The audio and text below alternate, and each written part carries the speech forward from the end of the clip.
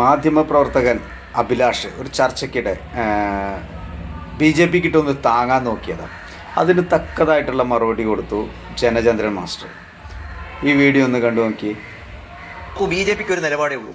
അത് അദാനി ആയാലും NSE ആയാലും ട്രംപ് ആയാലും ഇനി അങ്ങ് പാകിസ്ഥാനിലെ സർക്കാരായാലും ചൈന ആയാലും ഈ രാജ്യത്തിന്റെ താല്പര്യം ഉയർത്തിപ്പിടിക്കാൻ ഏത് നിലപാടാണോ ആവശ്യം അതിന് വളരെ കൃത്യമായി ഭാരതീയ ജനതാ പാർട്ടിയുടെ ഇന്നത്തെ മോദി സർക്കാർ അംഗീകരിക്കും. രാജ്യ താല്പര്യത്തിന് വിരുദ്ധമായ നിലപാട് ആരുടെ ഭാഗത്തു നിന്നുണ്ടായാലും, കാരണം നരേന്ദ്രമോദിയുടെ അളിയനൊന്നും അല്ലല്ലോ അദാനി എന്ന് പറയുന്ന ആള്. മാത്രമല്ല അഭിലാഷേ, നമ്മൾ ഒരു കാര്യം ഇവിടെ ചർച്ച ചെയ്യുമ്പോൾ മനസ്സിലാക്കേണ്ടത്, കേരളത്തിന്റെ മണ്ണിൽ നിന്നാണ് അഭിലാഷേ നമ്മൾ ചർച്ച ചെയ്യുന്നത്. രാഷ്ട്രീയ വരട്ടുവാദത്തിന്റെ ശവപ്പറമ്പാണ് കേരളം എന്ന് പറഞ്ഞാൽ അഭിലാഷ് വിയോജിക്കില്ല എന്നാണ് എന്റെ വിശ്വാസം. ഒരു കാലഘട്ടത്തിൽ നമ്മൾ കമ്പ്യൂട്ടർ വന്നപ്പോൾ വരട്ടുവാദത്തിൽ എതിർത്തു, കൊയ്ത്ത് യന്ത്രവും മെതിയന്ത്രവും വന്നപ്പോഴും നമ്മൾ എതിർത്തു, വിദേശ നിക്ഷേപം വന്നപ്പോഴും നമ്മൾ എതിർത്തു, സ്വാശ്രയ കോളേജ് വന്നപ്പോഴും നമ്മൾ എതിർത്തു. ആർക്കാണ് അഭിലാഷ ഇതുകൊണ്ട് നഷ്ടം വന്നത്? 19-ാം നൂറ്റാണ്ടിൽ രൂപപ്പെട്ട ചില ആശയങ്ങളുടെ വരട്ടുവാദക്കാർക്ക് പോലും അഭിലാഷ മാറ്റം ഉണ്ടായില്ലേ? പ്രതിപക്ഷത്തിരുന്നപ്പോൾ അദാനിയെ കറുപ്പിച്ചവർ ഭരണപക്ഷത്തെത്തുമ്പോഴും അദാനിയെ വെളുപ്പിക്കുന്നതും നമ്മൾ കണ്ടില്ലേ? ഒരു കാര്യം നമ്മൾ സമ്മതിക്കണം അഭിലാഷേ, നമ്മുടെ കയ്യിൽ ഇത്തരം കാര്യങ്ങൾ കൈകാര്യം ചെയ്യാനുള്ള ശക്തിയുള്ള സംവിധാനങ്ങളില്ല. അപ്പൊ നോക്കൂ, നമ്മൾ ഇപ്പൊ തന്നെ അദാനിയെ കുറിച്ചുള്ള ചർച്ചയിൽ അഭിലാഷ് മാത്രമാണ് ഈ വാദം ഉന്നയിച്ചത്. ഈ രണ്ട് കൂട്ടരും അദാനി ഇന്ന് ഇന്ത്യക്ക് അല്ലെങ്കിൽ ഇവർക്ക് അസ്വീകാര്യമാണെന്ന് ഇതുവരെ പറഞ്ഞിട്ടുണ്ടോ? ഇവരാരെങ്കിലും മെഡിറ്ററേനിയൻ ഷിപ്പിംഗ് കമ്പനി ഒരു വിദേശ കമ്പനി ആയതുകൊണ്ട് ഞങ്ങൾക്ക് അസ്വീകാര്യമാണെന്ന് പറഞ്ഞിട്ടുണ്ടോ? മറിച്ച് ഇപ്പൊ നമ്മൾ ചർച്ചയിലെത്തുന്ന ചില വാദഗതികൾ എന്താണ്? പ്രയർ പെർമിഷൻ എടുക്കേണ്ടവരോട് എടുത്തിട്ടില്ല, അത് മാത്രമാണ് ഏക തെറ്റ്. അദാനി ഇന്ന് വെളുപ്പിക്കപ്പെട്ടിരിക്കുന്നു. അദാനി കേരളത്തിലെ വികസനത്തിന് ആവശ്യമാണെന്ന് വന്നിരിക്കുന്നു.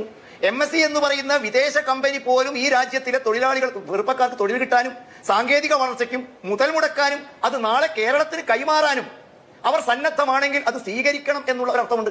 പിന്നെ ഈ ചർച്ച നമ്മളിപ്പോ ഈ ചർച്ച എടുക്കാനുള്ള കാരണം എന്താണ്?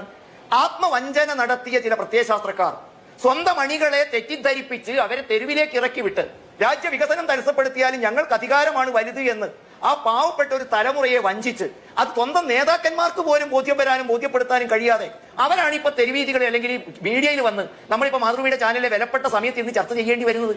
പാർട്ടിയുടെ ഒരു നേതാവിന് സ്വീകാര്യമായ വാദഗതികളല്ല പാർട്ടിയുടെ ബഹുഭൂരിപക്ഷം ആളുകൾ പറയുന്നത്. പ്രതിപക്ഷത്തിരുന്നപ്പോഴുണ്ടാകുന്ന നിലപാടല്ല നമ്മളിവിടെ സ്വീകരിക്കുന്നത്. ഒരു കാര്യം നമ്മൾ അംഗീകരിച്ചുകൊണ്ട് അവസാനിപ്പിക്കണം. രാജ്യത്തിന്റെ താല്പര്യത്തിന് ഒരു കാര്യം അഭിലാഷ ഞാൻ പറഞ്ഞുകൊണ്ട് അവസാനിപ്പിക്കാം. മാഗി നൂഡിൽസ് ഞാൻ പണ്ട് പറഞ്ഞു എന്നാണ് എന്റെ ഓർമ്മ.